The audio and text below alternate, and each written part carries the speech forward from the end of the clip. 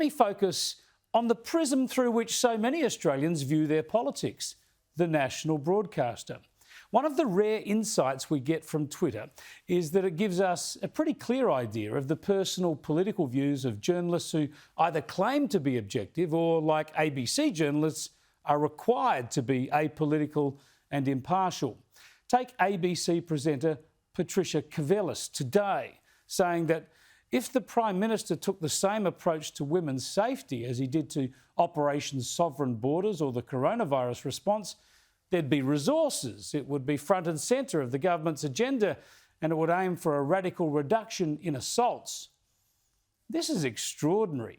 Trying to lay the blame for sexual assault, crimes across Australia, at the feet of the Prime Minister, suggesting the government doesn't do enough to prevent it. Does Karvelas not understand the role of state governments in law and order and criminal justice? And did she ever, once, blame the horrendous crimes of rape and sexual assault on Labor Prime Ministers like Julia Gillard or Kevin Rudd? Or did these crimes not happen when Labor was in power? Then we could look at another prominent ABC host, Barry Cassidy.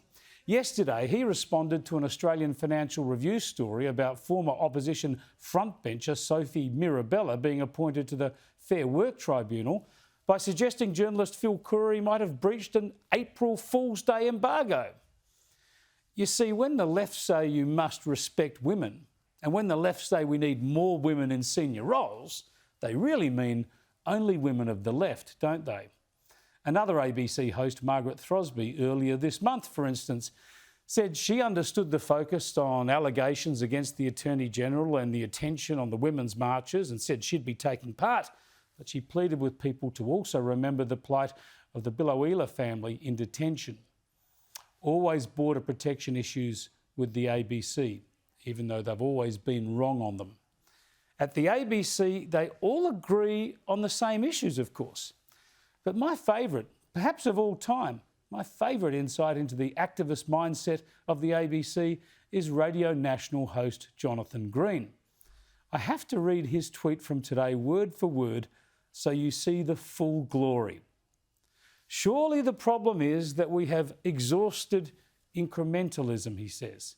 Our problems in gender, environment, economic inequality and race won't be solved by quotas and training modules.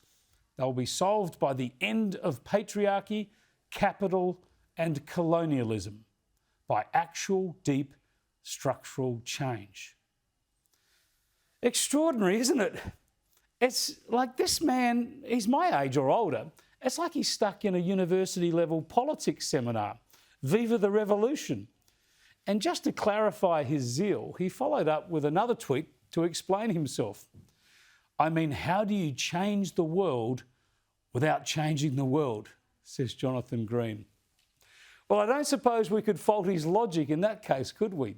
But that's it in a nutshell, the ABC attitude to the world in a nutshell. They want to change the world, they want a revolution, but they want to be paid to do it by the government, mind you, by the taxes levied on the awful mainstream people like us working in the capitalist system under the patriarchy and under the colonial yoke. It is pretty funny, but it's also very scary, isn't it? These people have real power. We give them more than $1 billion a year to spruik this nonsense. I don't know how a government or the chair or a board can ever rein them in, but Ita Buttrose could start by following the BBC's lead. Over in Britain, the Beeb is now demanding that journalists don't tweet about politics.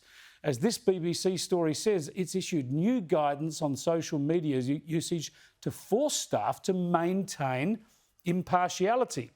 Employees will be told not to express a personal opinion on matters of public policy, politics or controversial subjects.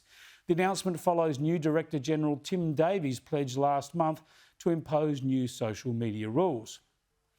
The BBC will also tell staff to disclose their earnings outside of the corporation on a public database. That's not a bad idea either. ABC types here are often paid for speaking at other events, even borrowing the themes from some of their ABC TV shows.